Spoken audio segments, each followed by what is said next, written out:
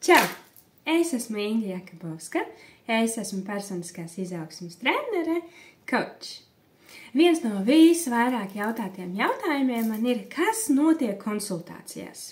Tādēļ es esmu nākuši šodien pie tevis, lai paskaidrotu coaching konsultācijas struktūru. Pirmkārt, es izdalīšu 3 dažādu veidu konsultācijas veidus. Tātad pirmais ir klasiskā coaching konsultācija, kur mēs esam 1-1 gan online, gan dzīvē. Tu nāc ar savu pieprasījumu, un es piebildīšu, ka tam nav jābūt tevis definētam superlielam mērķim. Tas var arī būt vienkārši, ka tu esi kaut kur iestrēdzis, tu netiec galā, vai tu kaut ko līdz galam neizproti savas vēlmes vai vajadzības, kur tu vēlies nonākt. Tas īsti nav ne psihologa, ne psihoterapeita, ne draudzeņu kompetencē. Tad es tev saku, ka jā, coach ir superīgs instruments, kā paskatīties uz savu dzīvi no cita skatu punkta.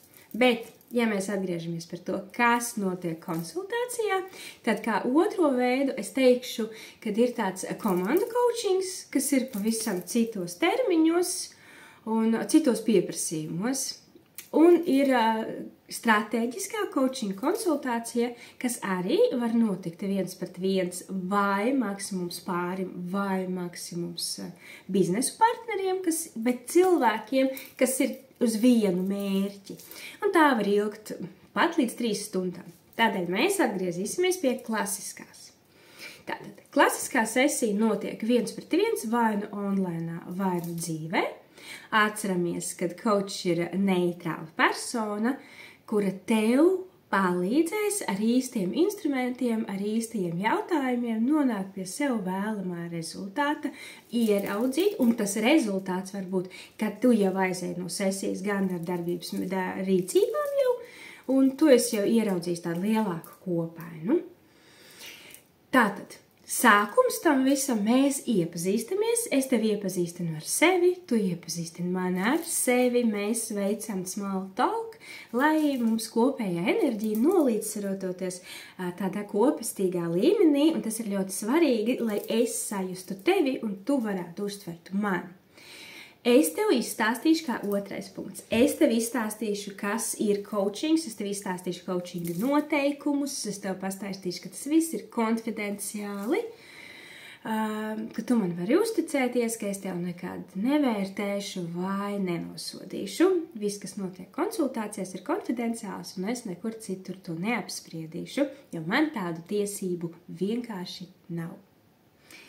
Kā trešais punkts, pie kā mēs, kad esam konsultācijā, tad ir, ka tu iepazīstini mani ar savu, tā teikt, dzīves esošo situāciju, bet svarīgi ir tas, esošo, kur ir tā problēmiņa, ko tu vēlies ieraudzīt, tāds īsts pastāsts par sevi, lai es varētu sajustu, sataustīt īsto mērķi, jo mans vissvarīgākais punkts ir, lai es spētu, un tu arī sev spētu definēt sesijas mērķi.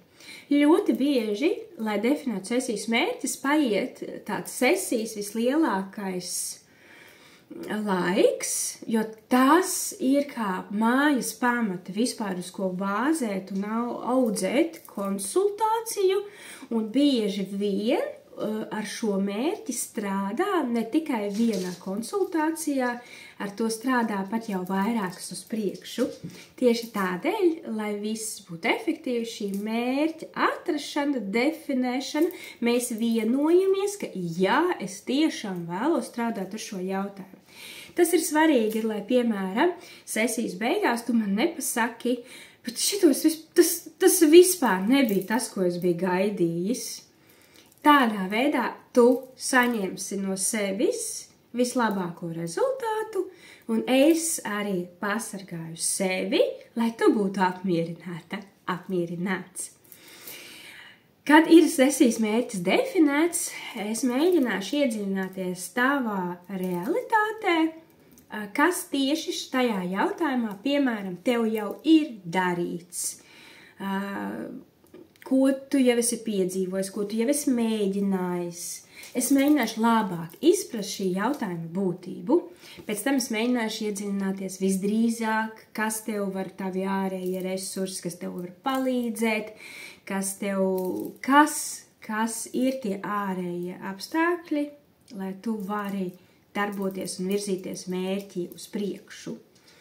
Pēc tam visdrīzāk tiks izstrādāti darbības soļi konkrētā mērķa sasniegšanai, un nebūs tā, ka es tev kaut ko pastāstīšu priekšā. Nē, es tev tikai ar pareiziem jautājumiem mudināšu, lai tu pēc iespējas vairāk spētu pats ieraudzīt to savu spēku, savus darbības, un man šī stadija ļoti patīk, jo es no šeit visbiežāk esmu, kas saka, un nosauc man vēl 3, vismaz 3.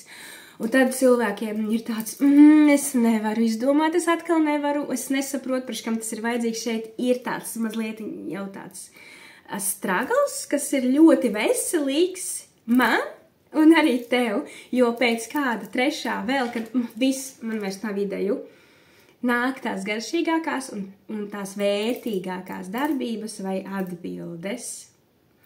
Un noslēgumā mēs sesiju parasti noslēdzam ar tādu apkopojumu, un ko tu esi vispār paņēmis no šīs visas sesijas, ko tu esi ieraudzījis, kā tu esi jūties vai jutusies.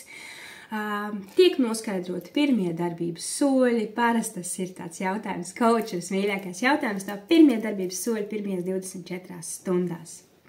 Tā ir tāda klasiskā kočinga sesijas struktūra, un tad atkarībā no koču blakus kompetencēm, viņš integrēs iekšā savas iepriekš apgūtās metodes, kas katra koča darbību padara to ar viņa odziņu, kāpēc cilvēki viņu meklē. Un tad ļoti bieži es integrēju iekšā jau un savās sesijās,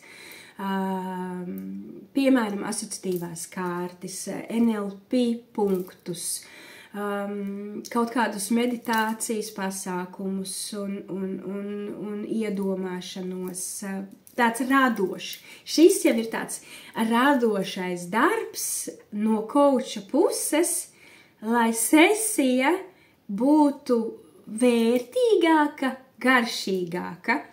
Tad pieņemsim, kā analoģijās runājot, es teikšu tā, ka jā, mēs kūku mākam visi uzcept, piemēram, pēc vienas receptes, bet tad nāk šīs papildus garšvielas, papildus darbības, kas ir katram cilvēkam visindividuālākās, un šī kūka arī kļūst individuāla.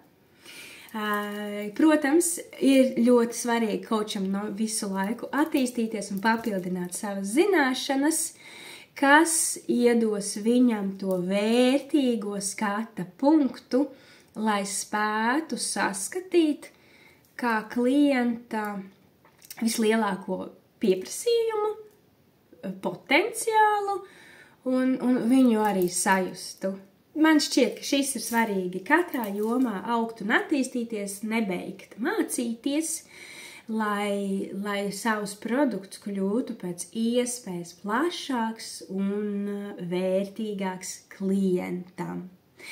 Ļoti, ļoti īsā laikā es esmu pārskrējusi pāri coaching sesijas struktūrai, lai tev kļūtu lielāks priekšstats par to, kas tur notiksies, kā tas izskatās parasti, jo cilvēki ir ļoti tādi aizdomīgi, un to, ko viņi nesaprot, tad pārsvarā viņi mēdz vai tā kā noliegt neizprašanas dēļ.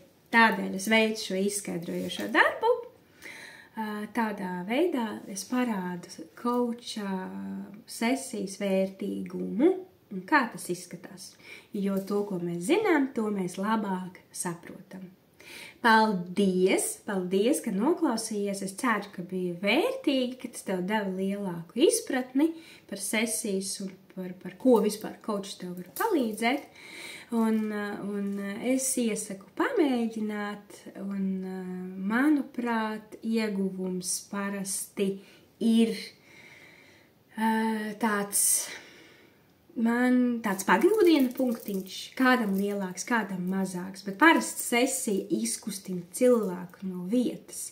Cik daudz vai cik tālu, tas jau ir atkarīgs no sesijas skaita, tavas iesaistes un vēlmes darboties. Tā kā tiekamies sesijās. Čau!